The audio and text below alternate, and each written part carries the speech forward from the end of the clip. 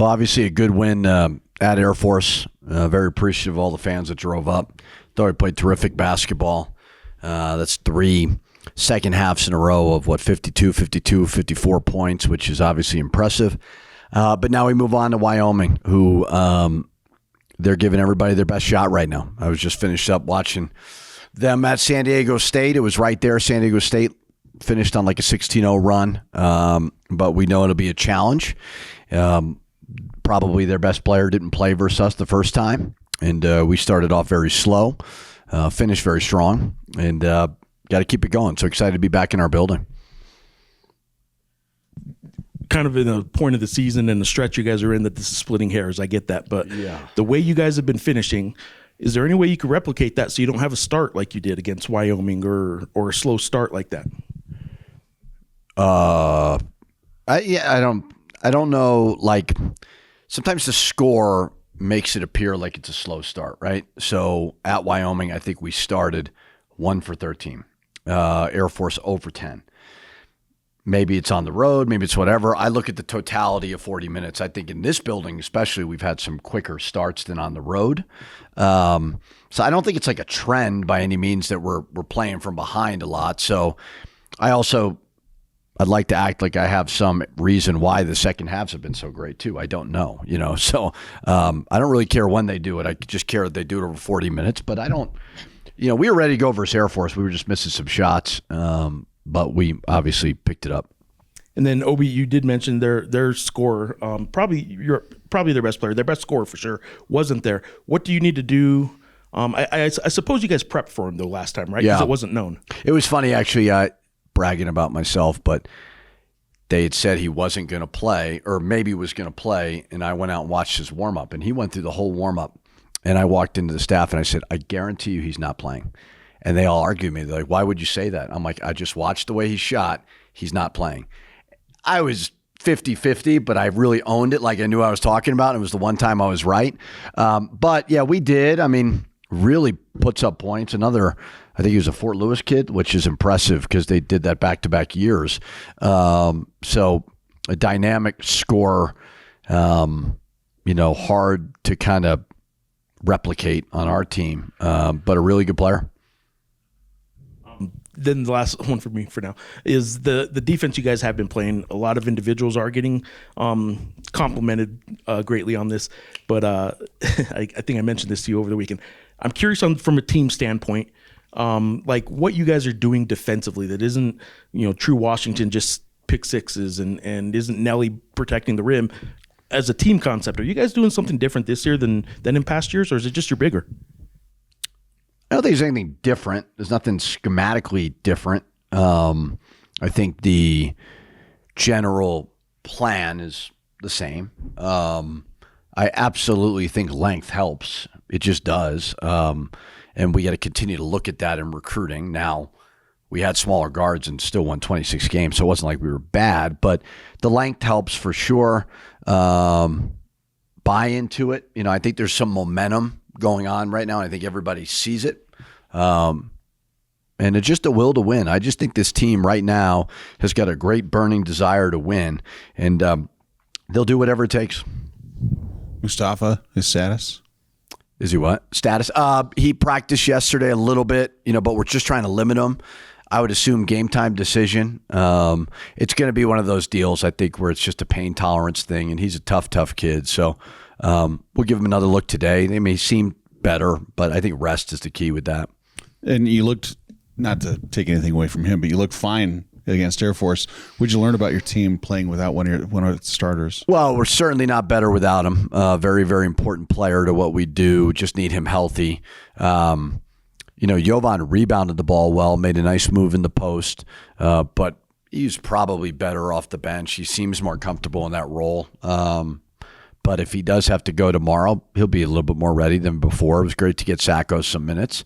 Also looked at Phillip at the 4 as well. So we've got decent enough depth to where we can put in some contingency plans, but we need to get Mustafa back.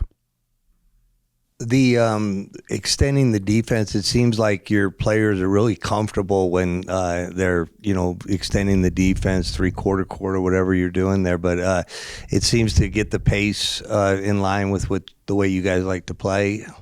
Yeah, I mean, we've always been a pretty high steal team. Blocking shots, definitely have more of that last year with JT and Nelly. But pretty impressive at times of True shooting the gaps, getting some steals. Donovan, we're not telling them to gamble like crazy by any means, but through scouting, if you feel like you could sniff something out, go ahead and do it. And I think it's why we're one of the better fast break teams, is because we get steals, goes against a non-set defense.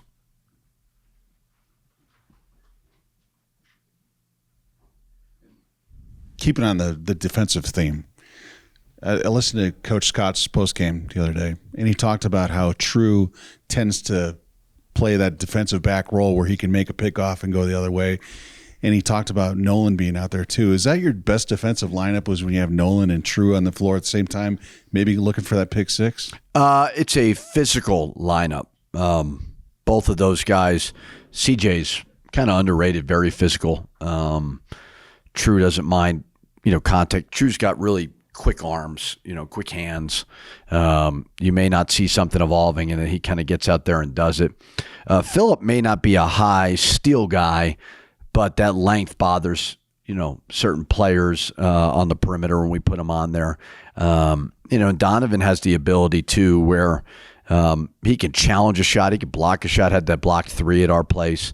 So overall, I think they're all collectively. That's what I've liked about them. I don't think there's one lineup. I think there is just a overall belief that that's got to be our mindset. And I've thought about this question a lot. I think it's the best question I've had all year for you. You have 6 different uniforms in your rotation, and you're about to unveil a 7th, which is top secret. No one's seen it. I'm curious, who decides which uniforms you're going to wear? Because you have 2 primary red, 2 primary. Yeah. Is it like a team meeting? Well, now that Eddie's gone, Fern's got other things on his mind. We just do it without asking anybody. So once Fern gets his feet from underneath him, he'll probably stop with all the uniforms. Eddie liked control of the uniforms a little bit. He used to fight with us, not in a serious way. We'd always mess around with him. But honestly, I think marketing does. A lot of uniforms, that's for sure. Probably the most I've ever been a part of. I'm pushing for next year some type of black uniform to have a blackout, but that's like an AD's worst nightmare because fans email them and complain all the time. So if our fans don't complain, help us out. We could do a blackout next year. That'd be fun for recruiting. Coach, what's your biggest challenge when you have teams that are trending differently? I mean, Wyoming's coming in. There's no secret that they've lost close games, but you guys are trending upward. It seems like the Lobos are getting better each game. What's your biggest challenge to get your team ready for that? And any comments also on the bench play? It seems like your bench is coming in and really contributing a lot more than early. Yeah, I mean, God, it's almost mid-February. If I'm motivating guys to get ready for these games, then we've got some serious problems. Wyoming is playing teams tough. They had us down by 14 at halftime. So if our guys don't see it right now, that would be really disappointing. So I think they understand that every game counts. Sure, we've got great momentum, but probably is a little bit overrated. I think Wyoming can beat anybody. As for the bench, I like the minutes that guys are giving us. CJ's very, very comfortable off the bench, and he's like a 6th starter. To be able to plug in a freshman in Jovan when you're down a senior captain, and he play admirably, was great. Hatiki brings great energy off the bench as well.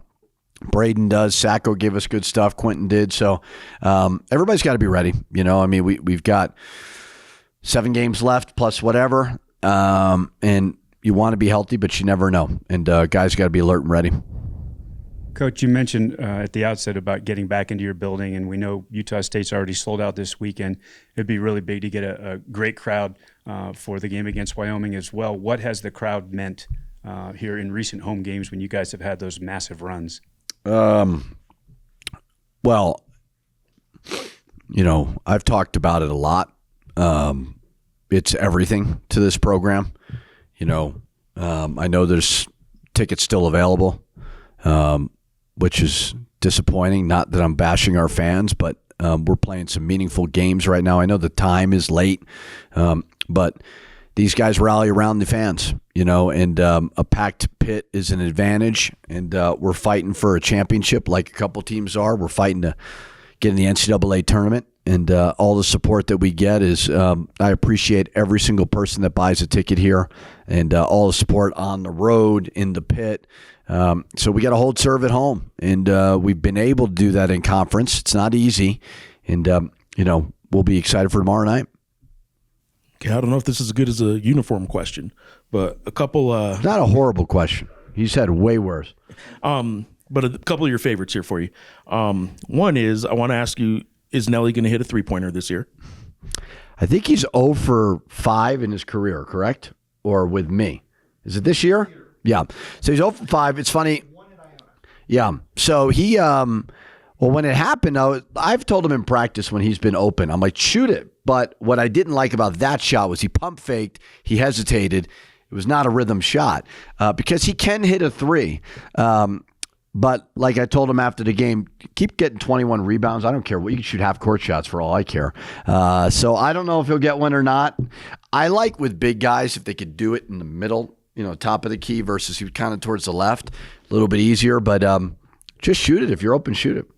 All right. And then the other one, because I don't know if you know this, but your dad also coaches basketball. I'm curious if you guys are still included in the family chat or if they have one kind of separately that going on right now, and if there's any kind of family betting going on as to who will fall out of first place, if either one of you first, now that you guys are both leading your conferences right now. No, we would never bet against any of the teams or bet on sports, right?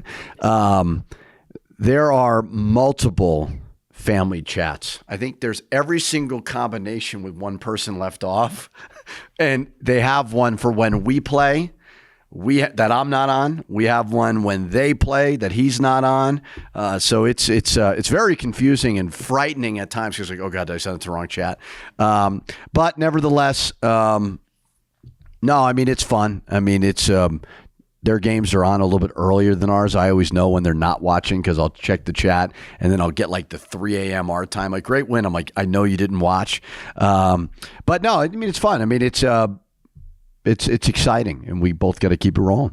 And then one follow-up to that is I've heard you say this, be asked this by John Rothstein yesterday. Your enjoyment of what he's doing right now is kind of what, I know he asked you if you're proud, or you said people have asked you if you're proud of your dad and what he's doing, and you kind of laugh it off. I'm curious where your level of, I guess, just watching him and thinking about what this year is compared to the rest. Zero care, unimportant to me at all. He's won enough games. Like he's one of the best coaches ever. Like, yeah. Like I've heard that one many times. I think that it's John Wooden, Coach K, him winning at St. John's does nothing for me. I am very, very happy that he is having a blast. He's, people are saying, oh, I can't believe the job he's done. Like, what do you mean you can't believe the job he's done? He's done it for like 40 years. He's one of the best coaches to ever coach the game of basketball. I love the fact that he seems happy. But when you have a dad who is 72, SportsCenter, rankings, Coach of the Year stuff means nothing to me. I want him to be healthy and happy. And he seems to be having fun. Seems like he's got a good group of guys.